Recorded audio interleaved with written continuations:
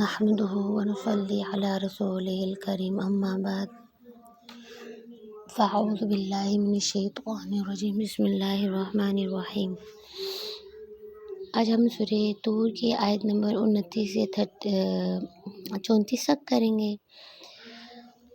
بسم اللہ الرحمن الرحیم۔ فذکر فما انت بنعمت ربک بکاہن ولا مجنون ام یقولون شاعر نتربص به ریب المنون قل تربصوا فانی معکم من المتربصین ام تأمرهم احلامهم بهذا ام هم قوم طاغون ام یقولون تقوله بل لا یؤمنون فلیأتوا بحدیث مثلہ ان کانوا صادقین۔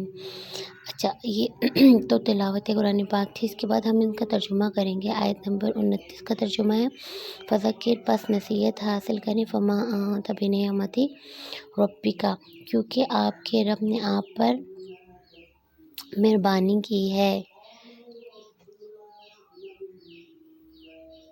کہ آپ بکاہن، نہ آپ کوئی کاہن ہیں، نہ ولا مجنون، اور نہ کوئی آپ دیوانے ہیں۔ ام یقولون، یا وہ کہتے ہیں، شاعر ہے، نتربص بہ ریب المنون، جس پر زمانے کے حوادث آتے ہیں تو شاید اس کی حالت اس لیے ایسی ہو جاتی ہے۔ قل تربصوا، کہہ دیجئے انتظار کرو، فانی، بے شک میں بھی، معکم، تمہارے ساتھ، من المتربصین، انتظار کرنے والوں میں ہوں۔ ام یا تأمرہم احلامہم، یا کہ حکم دیتے ہیں ان کو، احلامہم، ان کی عقلیں، بہذا، ام ہم قوم طاغون، کہ وہ خود حد سے گزرنے والے لوگ ہیں، یا پھر وہ حد سے گزرنے والے لوگ ہیں، قوم ہیں۔ ام یقولون، یا وہ کہتے ہیں، تقولا، کہ کہا ہوا ہے، بل لا یؤمنون، بلکہ وہ ایمان نہیں لاتے، لا یؤمنون، وہ ایمان نہیں لاتے۔